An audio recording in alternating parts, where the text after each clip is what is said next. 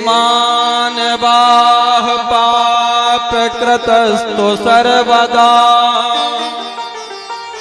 सदा दुराचार रता विमार्गगा क्रोधाग्निदग्धाः कुटिलाश्च कामिनाः सत्ताः यज्ञेन कलौ पुनन्ति ते।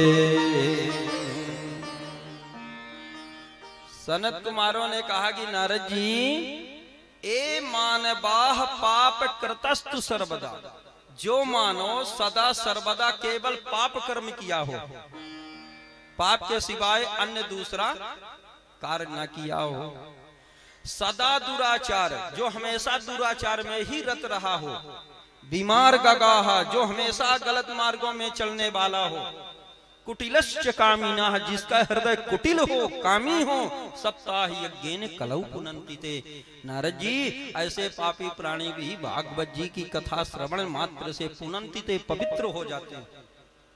जिसने अपने माता पिता की सेवा न किया हो, एक बार भी अग्नि में हवन न किया हो, तीर्थ यात्राएं न किया हो, दुनिया का वह चाहे स्त्री हत्यारा, बाल हत्यारा, भ्रूण हत्यारा, गो हत्यारा ही क्यों ना हो, लेकिन सप्ताह यज्ञेन कलौ पुनन्ति ते, भागवत जी की कथा श्रवण करने मात्र से बड़े पापी भी तर जाते हैं, मुक्ति को प्राप्त हो जाते हैं। नारद जी, भागवत जी की महिमा के विषय में मैं तुम्हें कहां तक वर्णन करूंगा।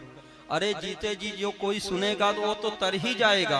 कदाचित कोई प्राणी इस कथा को सुने बगैर यदि संसार से विदा ले लिया तो मरने के बाद उस जीव के मुक्ति उद्धार के लिए यदि इस कथा को श्रवण करा दिया जाए तो उसका भी उद्धार हो जाता है। तब नारद जी हाथ जोड़ करके खड़े हो गए, अरे भैया ये बात अब हमको हजम नहीं हो रही।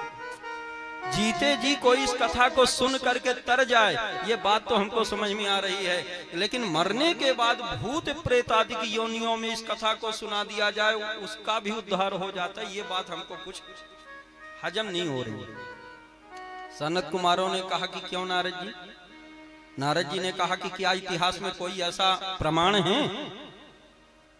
यदि प्रमाण है तो कब, कहां, कैसे हुआ है, कृपा करके हमें बतलाएं।